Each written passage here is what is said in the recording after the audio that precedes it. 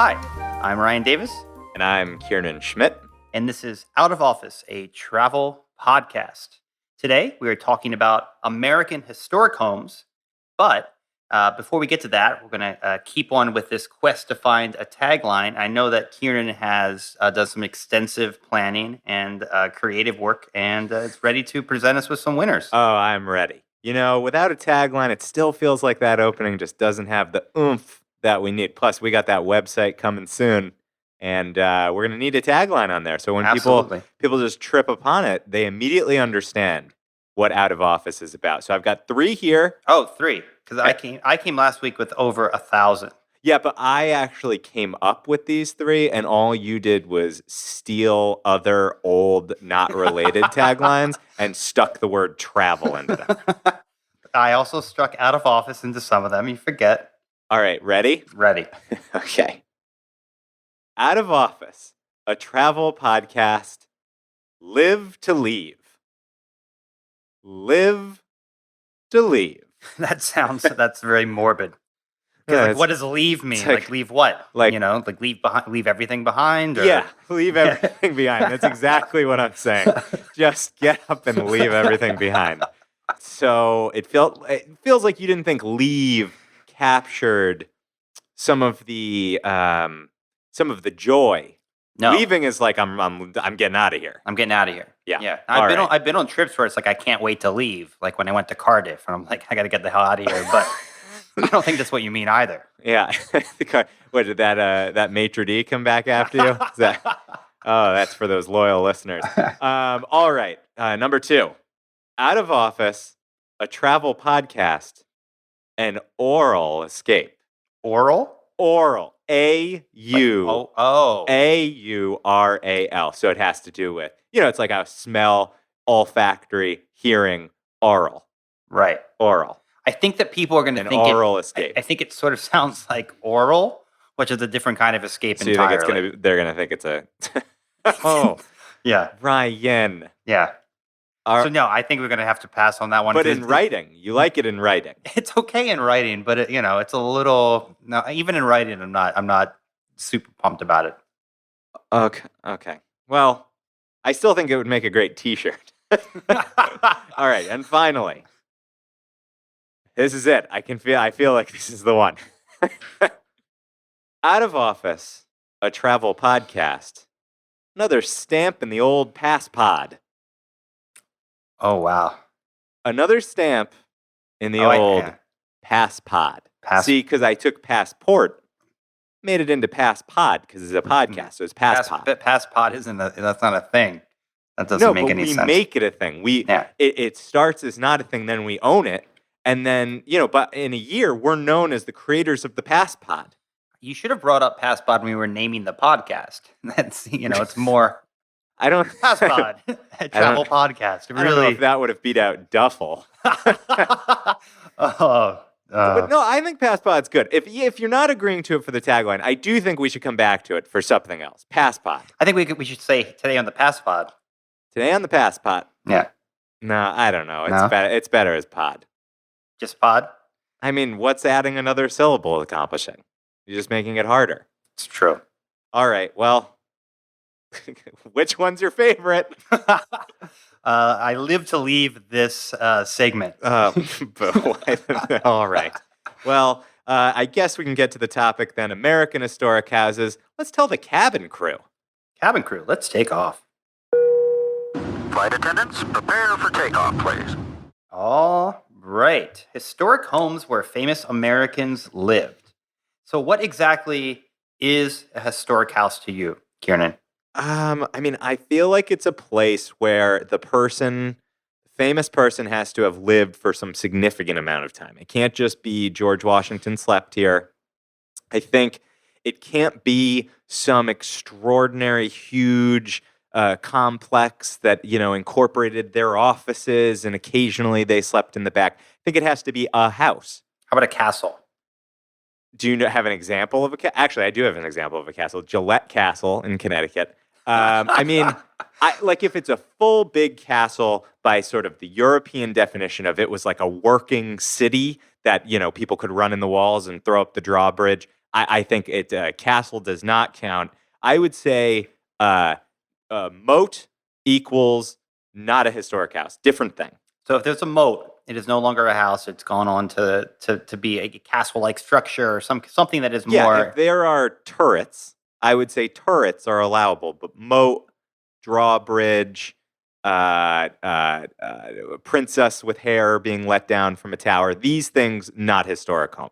Okay, I think I'm also in line with that definition. Do you have any other add-ons that you would like to stricture? What makes something a historic home?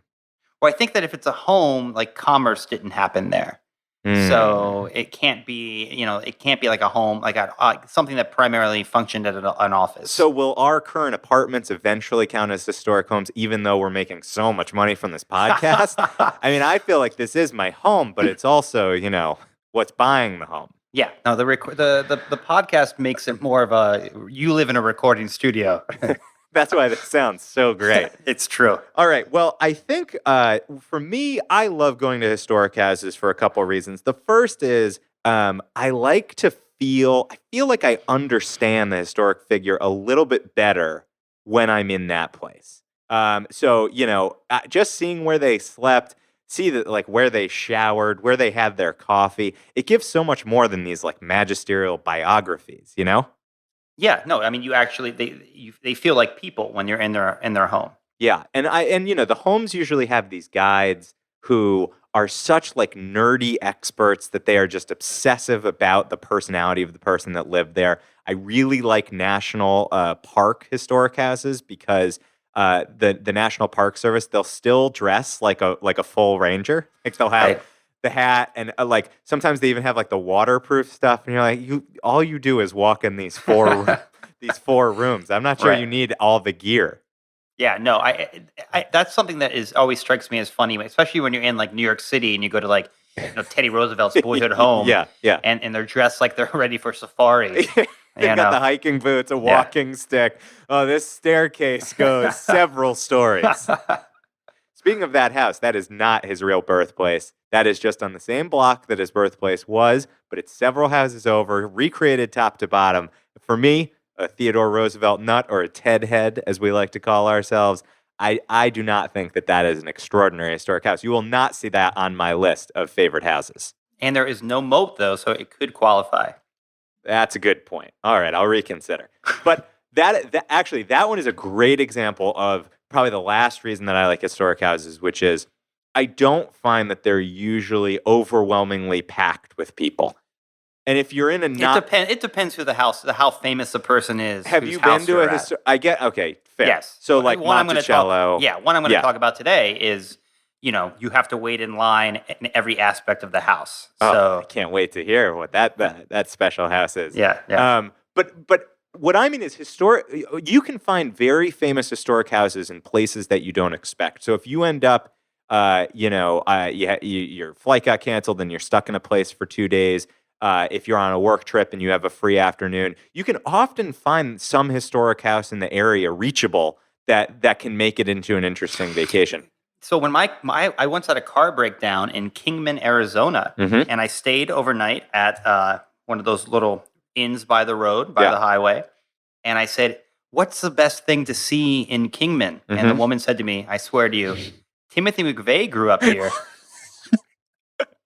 I think that's they're considering that for National Park Historical Reservation. Yeah, I did not go to Timothy McVeigh's house. You didn't? I did not. I don't think it's actually available to tour. But if you had longer, it would have been a great place to stop by. Yeah. It mostly just felt like a very weird thing to tell someone. Yeah, I mean, I grew up. The field trips that we often took from my school were. I grew up right outside New Haven, Connecticut. They were in Hartford, Connecticut. 2 historic houses there: Mark Twain and Harriet Beecher Stowe.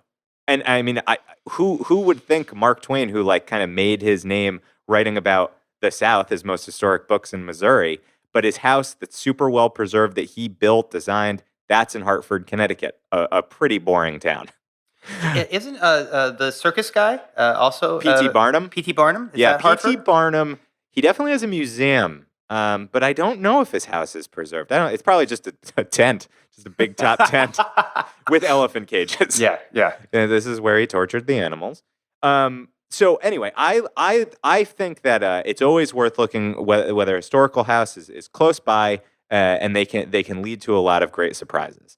So I think that right now we should. I have three that I've chosen as my favorite. Ryan, did you come with three or more, or what do you? I have three. I have exactly three. All right. So we should go through our three, but first I'm going to say my judgment criteria of my three favorite historic houses are that I like the test of if I were dropped blindfolded into a house, you lifted the blindfold up off my eyes, and I looked around, could I guess what historical figure lived in that house? Right. I think if you can do that, that's a great historic house. Yeah, I know. I agree.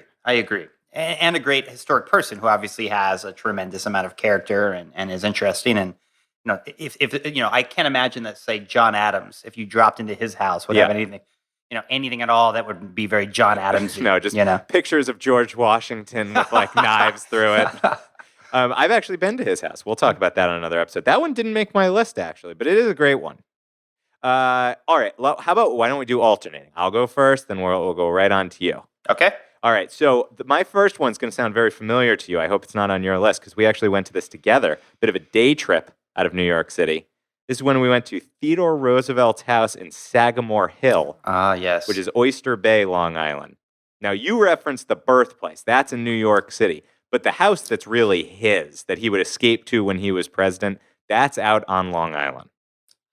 And I think that definitely fits your historic home value of historic homes. Right? Absolutely. That's why it's number one. Yeah. Because when I remember going in there and first of all, there's just so many iconic things all around. And you've got his Rough Rider's hat. You've got like a stag's head with a sword. And you've got the giant elephant tusks. It's a lot of taxidermy. Yeah, it could only be Theodore Roosevelt's house or Elmer Fudd's. There's really no one else. Bowie. Talk softly and carry a big stick. Is that good, Elmer Fudd? That's not bad. That's not bad. This is why we have editing, folks. Leave it in. I think that that's it goes along with my sort of interest in presidents, but I thought that there were so many little pieces there that showed you his eccentricities. The one that I really remember was that he had, I think it was a trash can that was made out of a hollowed out elephant's foot. That's like, wow. So, I mean, you can find that in Timothy McVeigh's. That would get you in trouble today, I think. I think so. But it just, you immediately felt who this guy was. And you also felt like he had just left the room. Well, I love that house. That would have been on my list. I think you not stolen that from me. The thing that's sad to consider is that current presidents, their houses will be taken over at some point, which means Mar-a-Lago eventually is going to be one of these. Oh, but Mar-a-Lago is going to pass your test, right? If you get dropped in the middle of Mar-a-Lago and you just see a gold toilet, whose house could it be besides former President Donald Trump? Scrooge McDuck. Okay, quick, do a Scrooge McDuck like I did Elmer Fudd. I refuse. Yeah, I don't know. I think did he have a Scottish accent? It's been too long since I've heard Scrooge McDuck. I always did want to swim in a big thing of money, though. That looked like really entertaining. I mean, first I'd like to get the money, and then eventually I'll move on to swimming in it. What's interesting about Mar-a-Lago, it's depressing that that's someday going to be in the ranks of Sagamore Hill, but it's actually already a National Historic Landmark because it was a mansion built out of the Post cereal fortune. Right, okay. So it's already a historic home that is now even more historic. So hopefully once he's gone, they'll just fill it back up with Post cereals and we can just wipe this history from all of our thinking. Let me transition to a president that I think is also a Republican, but one of the good ones. Okay, I'm looking forward to this. Abraham Lincoln's house. Oh, absolutely. In Springfield. Nobody can say he's a bad Republican. Yeah, no. Abraham Lincoln's house in Springfield. It's really incredible. I was in Springfield for work, and I had the opportunity to go down and see Lincoln's house over lunch. And not only have they restored the house that Lincoln lived in prior to moving to D.C., They've restored several blocks around the house. Mm. So it actually is like you're stepping back into a Springfield that Lincoln would have seen. Like, you look out of the window, that's the house, kind of house you would have seen. Mhm. You walk around the grounds, it looks very much, no cars. It's very, very much the way that Lincoln would have experienced it. Are people in costumes?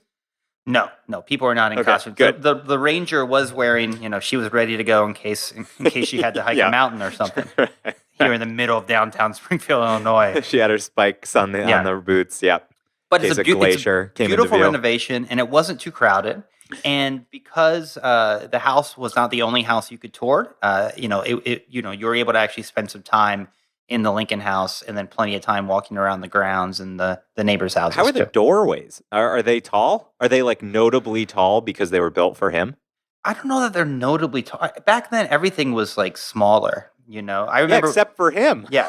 I remember we went to Paul Revere's house. You have to like crawl through it just to get to it. Yeah. Paul Revere's house. That'll be on the worst historic houses list. Oh man, was that brutal? We went to that together too. I remember that does not pass my sniff test. Paul No. Revere's house. You walk in, you have no idea. There are lanterns everywhere. Yeah. There's not one. There's not two. There's hundreds of lanterns.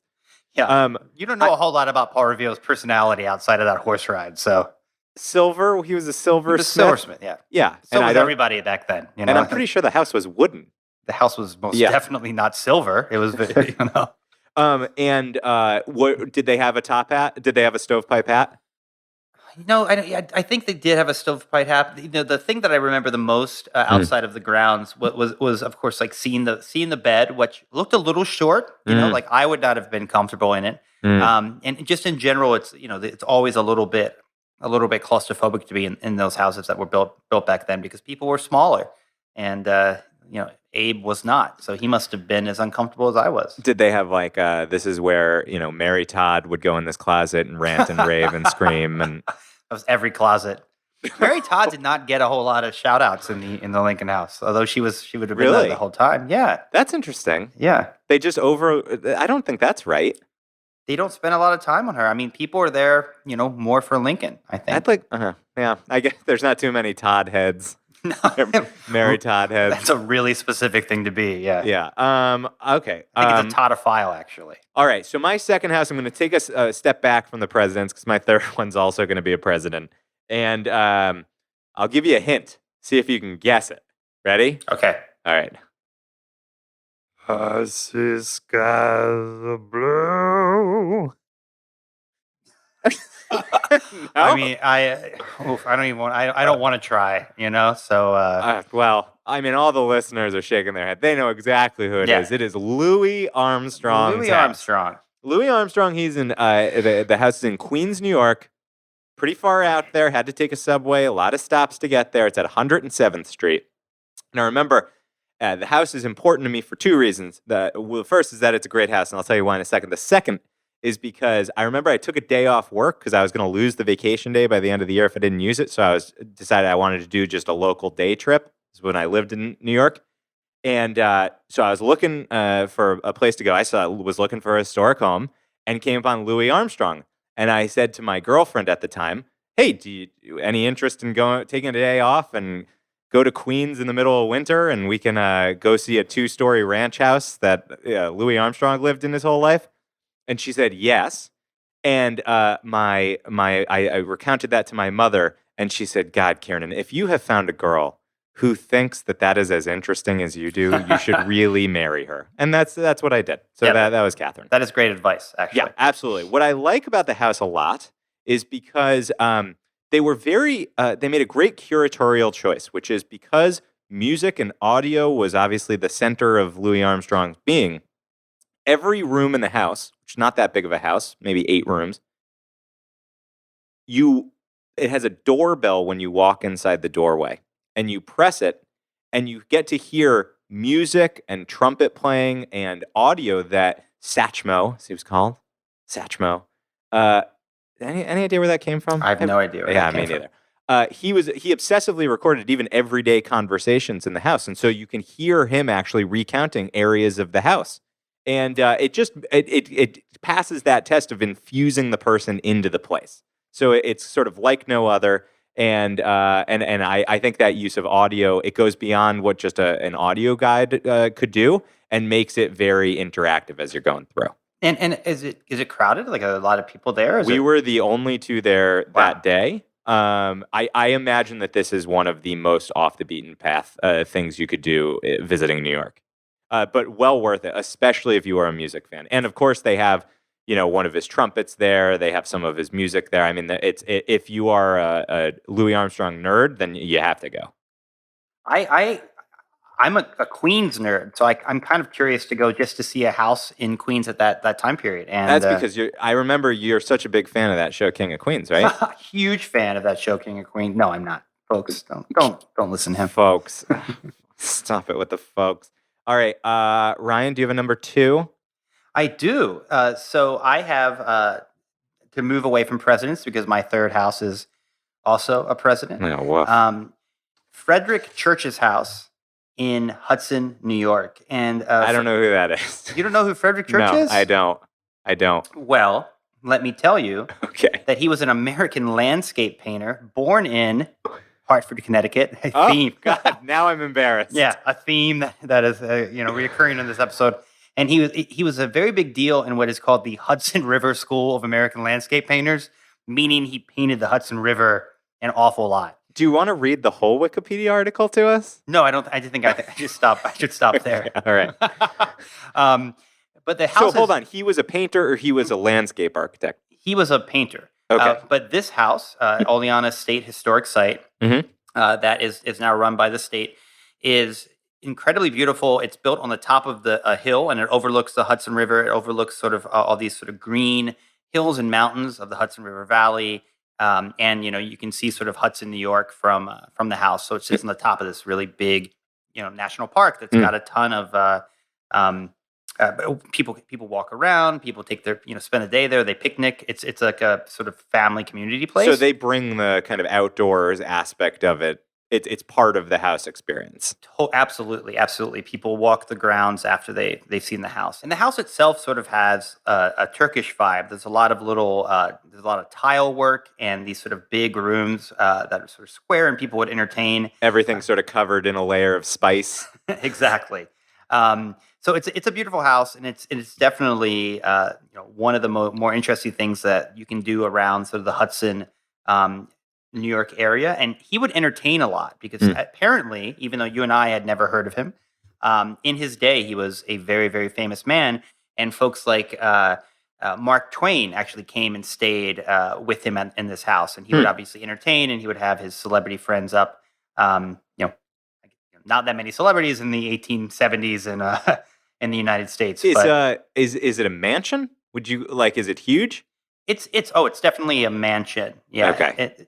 But it's like a very unique style. So a painter's salary went a long way back then. Like most people who engage in the arts then, and perhaps even now, I believe that Mr. Church came from a pretty wealthy background. Okay. I don't know that his Hudson River paintings paid for this whole entire. Okay, mansion. so you think the mansion came from Daddy Church? I would imagine Daddy Church. Maybe he married well. That's always a possibility. You got to marry well. Yeah, absolutely. So yeah, so that's the church house, and less interesting for church, more interesting for just how beautiful the grounds are, and it's about a 2-hour train ride from New York. Yeah, I got to say, if you dropped me into that house, I would not be able to say, "Oh, this is definitely Frederick Edwin Church's house." No, but if you had done that in 1880 when he was apparently very famous, you Oh, might I'd have been like, probably puke. "Oh my I was gosh, so excited. all Can these you believe churches." I'm in Frederick Edwin Church's house? All right, my last of my 3 is LBJ's Ranch House in Stonewall, Texas. I'm so jealous. You haven't been to this I've one? never been. I've been to the Presidential Library in Austin, but never to the ranch. Yeah, so it's like an hour outside of Austin. I've gone to Austin a few times because my brother-in-law lives there, and we've kind of exhausted all the typical stuff you do in Austin, the Capitol and the LBJ Presidential Library, which I love. And so we rented a car. We drove out. It was called the Western White House because LBJ used to go out there while he was president, and he would bring guests from all around the world, and the charm that he's famous for often came out, especially in this house. And what's cool about it is that Lady Bird lived in it right up until she died. So it continued to change all the way to 2007, which is when she died. Yeah, she outlived him by many, many years. Yeah, a ton of. Yeah. I mean, I couldn't believe when I saw 2007 was when she passed away. But now it is fully a museum and run by the national parks, and it's been restored to what it looked like in 1967. So they have found furniture and the paintings and the televisions and the telephones. Everything is as LBJ would have had it at his kind of at his peak power. A few things I remember like really clearly is that the kitchen is this kind of crazy bright yellow, blue, green, like Formica, really 1960s looking kitchen. And you are told by the ranger that leads you through, this is where early on when he was being courted as vice president, where they were working together, that the Kennedys actually sat in this kitchen, sat in this room. And so you do get this sense of kind of great historical forces in the house. And one detail that just seemed so LBJ to me was somebody had given him a pillow that had a pride of place in the house that said, "This is my ranch, and I do as I damn please." And of course, available for purchase in the gift shop. I'm sure. I wonder if he was the first president to have a ranch. I mean, obviously, George Bush had Bush Jr. had a ranch, and we went to his ranch. I mean, ranch, not It would have to be a Western president, right? That's what I'm trying to think of. Yeah, I think John Kennedy didn't have a ranch. No, he didn't. Those shoes did not want to step in the dirt. How dare you? Yeah, the brush clears itself in Massachusetts. How about what president should have had a ranch? Andrew Jackson, probably. Oh, Andrew Jackson, absolutely. I'm actually reading a book about Andrew Jackson right now. He was not a good guy. Not a good guy. Whoa. But thin, very thin, much like Lincoln. Well, he exercised a lot. He was actually, I'll tell you maybe my favorite fact about him that I've learned from this book, which is when he apparently always suffered from great stomach troubles, like Napoleon. I didn't know that. That's why Napoleon was always holding his stomach in all the pictures you see. Oh, wow, that's why. Exactly. Wow. Okay. Well, anyway. So Andrew how are those military people with stomach problems? God, I can hardly handle stomach problems when I'm 2 feet from my home. Andrew Jackson would, when he was leading the military as a general, he would have people go ahead and they would cut down a sapling and they would bend it over so that it touched the ground. And the only way that he could experience relief from his stomach troubles was that he would drape himself over the tree and just lay there for a few minutes. It was like battlefield yoga.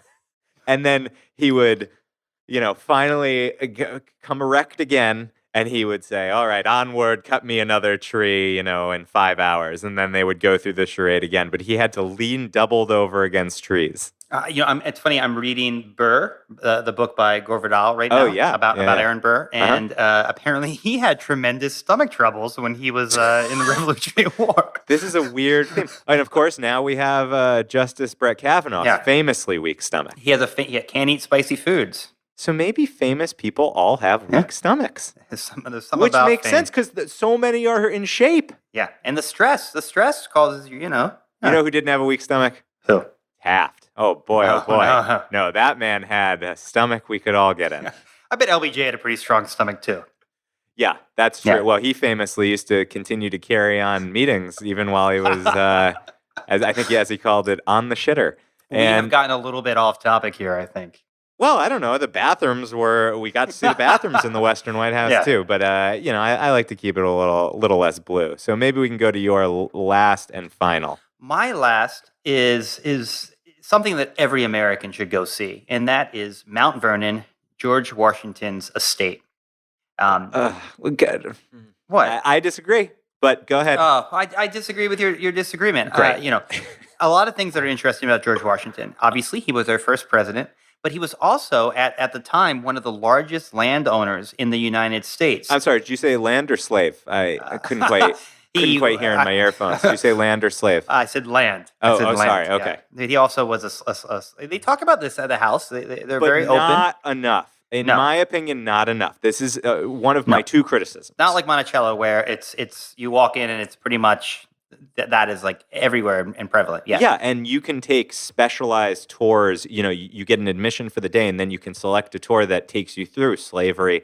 You can do a specific Sally Hemings tour. Right. And I think they really confront that history very honestly at Monticello. Well, at Mount Vernon, you take the historical denialism tour. Yeah. You don't have to That's right. deal with the fact that George Washington owned a lot of people. Yeah, father of our country and nothing else. Yeah, nothing else.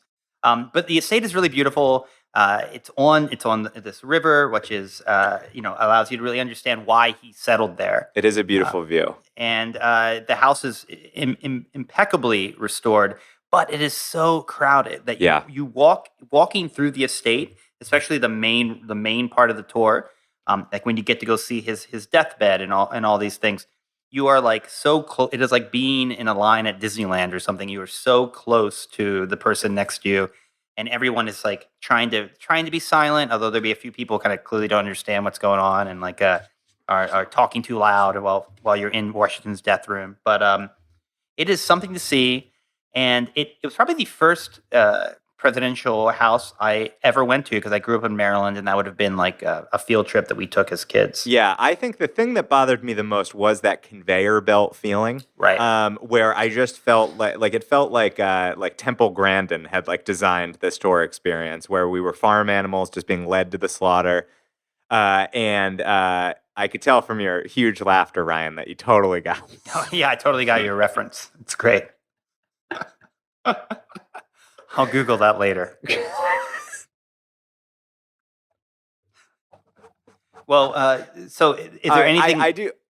It is that conveyor belt feeling that I didn't really care for. I also remember you don't travel through with a particular guide. There's a guide posted in each room. Yes, and that's another thing I didn't like, where you risk having people repeat each other because you're not with the same guide. And also, I like to kiss up to the guide so that I can ask lots of annoying questions. At the Lincoln House, I was probably the most annoying person the guide had seen all day. I had so many opinions and thoughts. Yeah.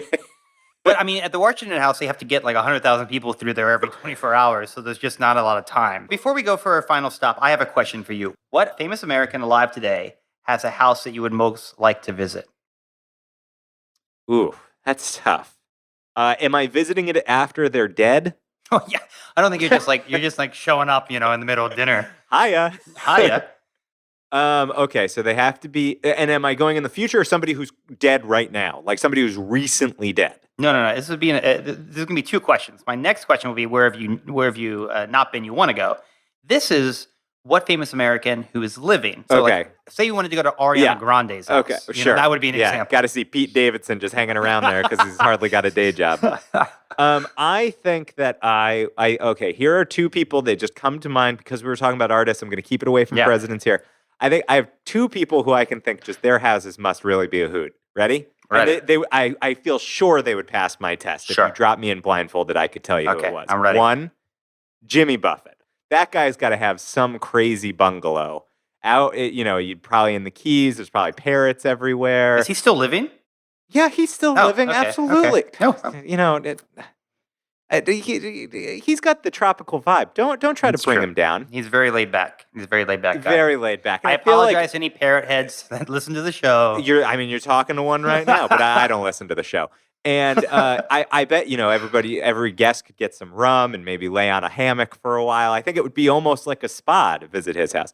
And the second is Lady Gaga's house. I feel sure that Lady Gaga's house, you could set it up with all the crazy costumes.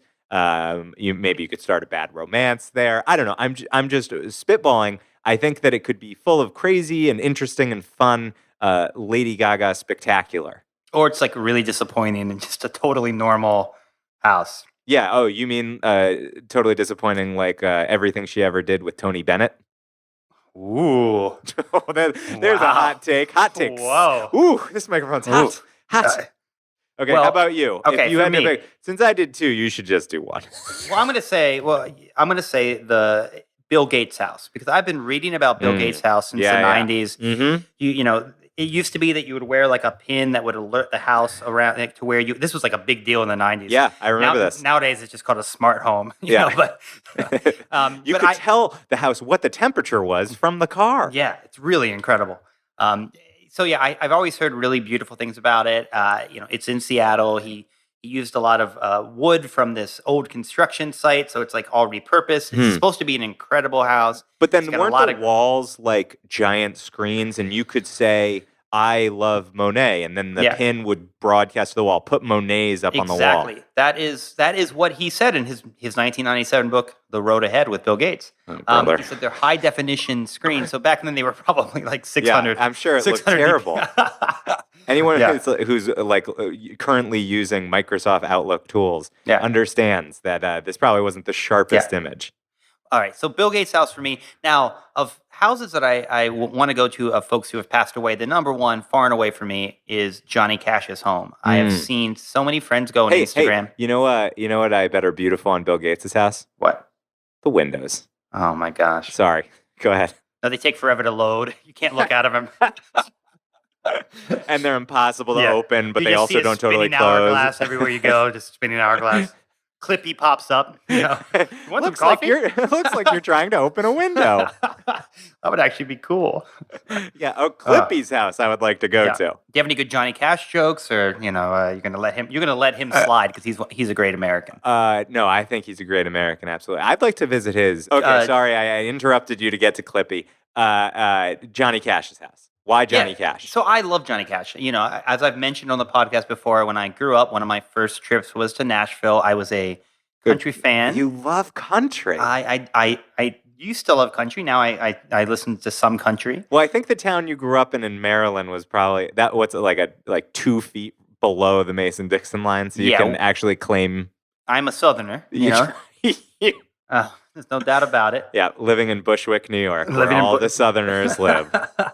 But Johnny, I grew up listening to Johnny Cash. I saw Johnny Cash perform at the Grand Ole Opry when I was young, and I'm just an incredible fan of his whole body of work, and I would love to see his home. I think that they could do something similar as the Louis Armstrong house, of bringing in interviews, clips, music, and instruments all around the house so that you can get that feel. I would be very sad if there wasn't a lot of music everywhere inside the house. It should really feel alive. They should make you wear like a prison uniform when you go through.